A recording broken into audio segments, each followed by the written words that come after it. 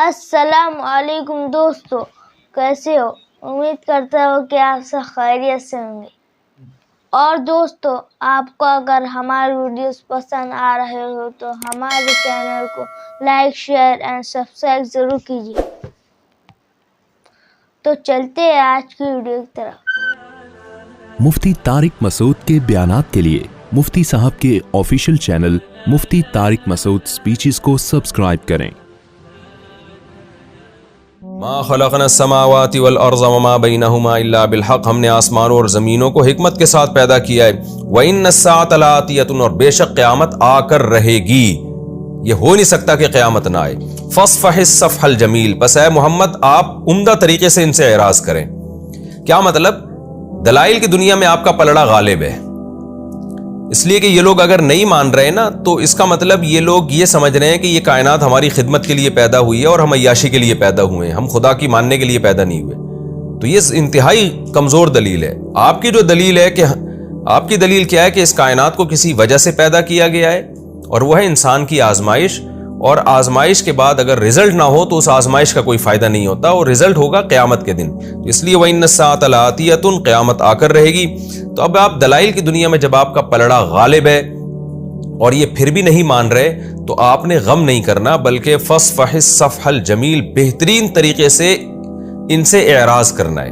یہاں اعراض کرنے کا مطلب یہ نہیں کہ تبلیغ چھوڑ دینی ہے، وہ تو آگے آ رہا ہے کہ آپ نے اور اچھے طریقے سے تبلیغ کرنی ہے۔ اعراض کا مطلب یہ ہے کہ ان کی طرف سے جو مشکلات آ رہی ہیں، مخالفتیں ہو رہی ہیں، سزائیں مل رہی ہیں، تو انتقام نہیں لینا آپ نے، کیونکہ انتقام لیا تو مسلمان کمزور ہیں تو اور زیادہ مسلمانوں پر ظلم شروع ہو جائے گا۔ تو بس برداشت والی پالیسی اختیار کرنی ہے، اور ان کے الٹے سیدھے اعتراضات ہیں ان کا جواب نہیں دینا آپ نے، تو پازیٹیو وے میں آپ کام کرتے چلے جائیں، یہ مطلب ہے۔ ان ربک هو الخلاق العلیم، بے شک تیرا رب زبردست پیدا کرنے والا اور جاننے والا ہے۔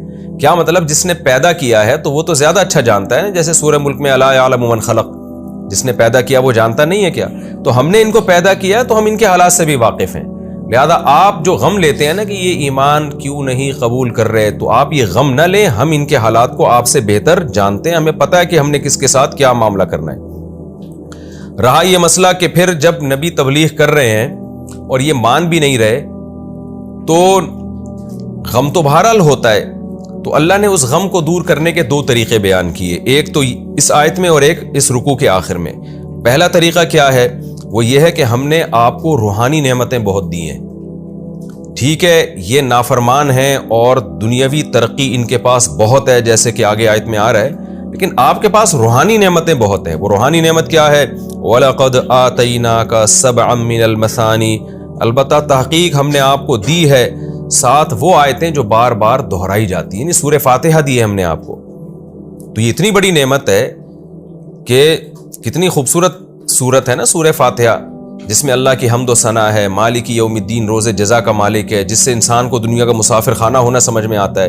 ایاک نعبد، ہم تیری ہی عبادت کرتے ہیں، جس سے انسان کو یہ احساس ہوتا ہے کہ ہم تو اللہ کے غلام ہیں، تو جو کام ہمیں دے گا ہم تو وہ کریں گے۔ پھر اس میں یہ بتایا جا رہا ہے کہ انعام یافتہ لوگ کون ہیں؟ وہ لوگ ہیں جو اللہ اور اس کے رسول کی اطاعت کرتے ہیں، اور تباہ و برباد ہونے والے یہود و نصارہ ہیں جن پر اللہ کا غضب ہوا اور جو گمراہ ہو گئے۔ تو یہ آیت آپ کو، یہ سورت آپ کو تسلی دے گی۔ حدیث میں آتا ہے کہ اللہ تعالیٰ نے سورہ فاتحہ جیسی سورت کسی پیغمبر پہ نازل نہیں کی ہے، یعنی مضمون کے لحاظ سے، تسلی کے اعتبار سے، اور انسان کو اس کا مقصد واضح کرنے کے اعتبار سے، اس کا ویژن کلیئر کرنے کے اعتبار سے۔ تو اللہ تعالیٰ فرماتے ہیں ہم نے آپ کو یہ سورت دی ہے، والقرآن العظیم، اور قرآن عظیم۔ اب یا تو یہ واو تفسیر کے لیے، یعنی یہ سورہ فاتحہ ہی کی تفسیر کی جا رہی ہے کہ ہم نے آپ کو سورہ فاتحہ دی ہے اور قرآن عظیم، یعنی ایسی سورہ فاتحہ جو کہ قرآن عظیم ہے، اور یا پھر یہ کہ یہ عطف کے لیے کہ سورہ فاتحہ دی اور بقیہ قرآن بھی دیا ہے ہم نے آپ کو، تو یہ قرآن ان پر تھوڑی نازل ہو رہا ہے، یہ تو آپ پہ نازل ہو رہا ہے۔ تو آپ کی تسلی کے لیے یہ کافی ہے کہ ایسا قرآن کلام آپ پر نازل ہو رہا ہے جو آپ کو سیدھا راستہ دکھا رہا ہے۔ لا تمدن عینیک، لہذا جب ہم نے آپ کو یہ روحانی نعمتیں دی ہیں تو ان کی مادی ترقی کی طرف آپ کی نظریں نہیں جانی چاہیے۔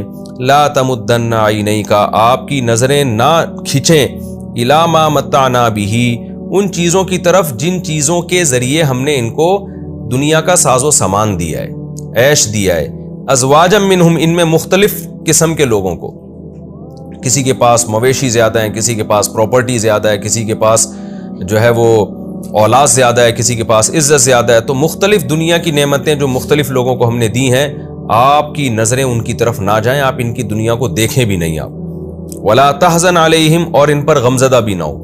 غمزدہ کیا کہ اتنا کچھ اللہ نے دیا پھر بھی ایمان کیوں نہیں لے کر آ رہے، یہ غم آپ مت کریں، بلکہ آپ کی جو توجہ ہونی چاہیے، یعنی آپ کا جو شفقت کا معاملہ ہونا چاہیے، وہ ان لوگوں کے لیے ہونا چاہیے جو ایمان لا رہے ہیں. وَخْفِضْ جَنَاحَكَ لِلْمُؤْمِنِينَ، ایمان والوں کے لیے اپنے بازوؤں کو جھکا دیں. بازو جھکانا اصل میں کنایا ہے نرمی سے. تو آپ جو ایمان لے کر آ رہے ہیں ان کے ساتھ نرمی سے پیش آئیں، ان کو توجہ دیں، وہ آپ کی بات سنیں گے بھی، ان کو ہدایت بھی ملے گی. اور یہ جو ہر دھرم قسم کے لوگ ہیں، ان کے ساتھ ان کو آپ نے اگنور کرنا ہے، اور ان کی تکلیفوں پہ آپ نے صبر کرنا ہے، اور ان کی دنیا کی عیش و مستی کی طرف آپ نے نظر اٹھا کے دیکھنا ہی نہیں ہے.